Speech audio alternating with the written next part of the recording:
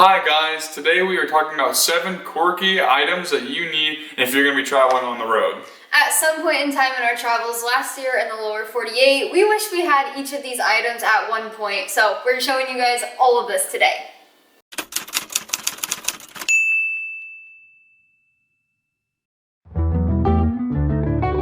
First up is packing cubes. These things we have not yet used, but we've heard so much about them.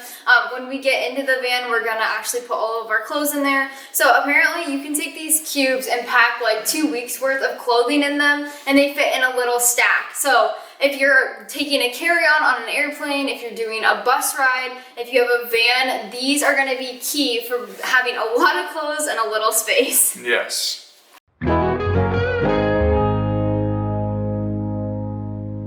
Next on the list is SPF Lip Balm. So I am the person who burns really bad between the two of us, and I need sunscreen, like good sunscreen. But I would never obviously put it on my lips, and so my lips would always get really like chapped and sore and things like that because they would get sunburned. So they actually make lip balm that you can put, that has SPF on, or in it, that you can put on, and that will make it like way better to like use, and then that way you don't have really sunburnt lips like and you don't have the disgusting sunscreen taste. Yeah, exactly.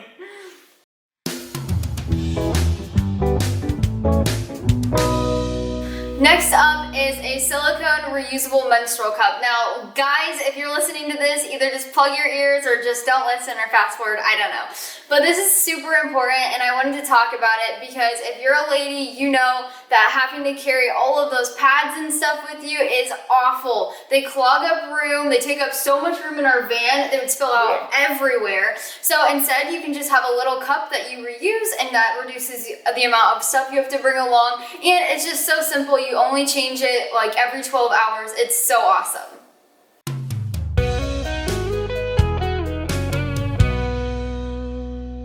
Next on the list is cash/quarters. Now, some people might actually carry cash with them when they travel and stuff like that, but it is really important. We just kind of like, we would have what we thought was enough cash, but especially in the Northeast, tolls started racking up, like it was a lot of money.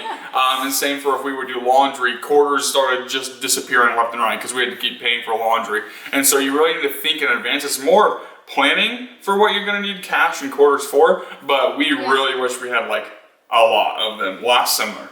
And one thing, we had a few like parks that we wanted to go explore, state parks, but we didn't have the cash on us and they didn't take cards, so we ended up not getting to go because we didn't have it. Exactly.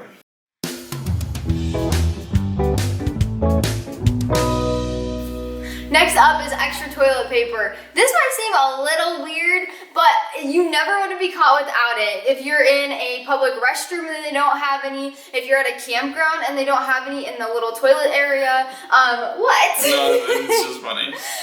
You just don't want to be caught without it, so packing 1 or 2 extra rolls is gonna save the day.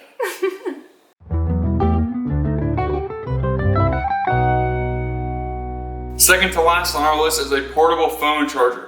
So us as humans have our phones extended on our arms nowadays. It's almost always there, and we always needed it to charge at the end of the day. A lot of times because we were out in the middle of nowhere, so our phone would use more battery. We didn't need it so much in the mornings, but later at night, if we were hiking and things like that, and we needed to charge it for an emergency, and we didn't have it, we're kind of out of luck. So we have portable phone chargers now, so if we get into issues and we put them on our book bag, that way if we get into issues, we can plug it in, charge it, and then we can make a call if we need to. So that's really helpful. I mean, who doesn't need a charger sometimes?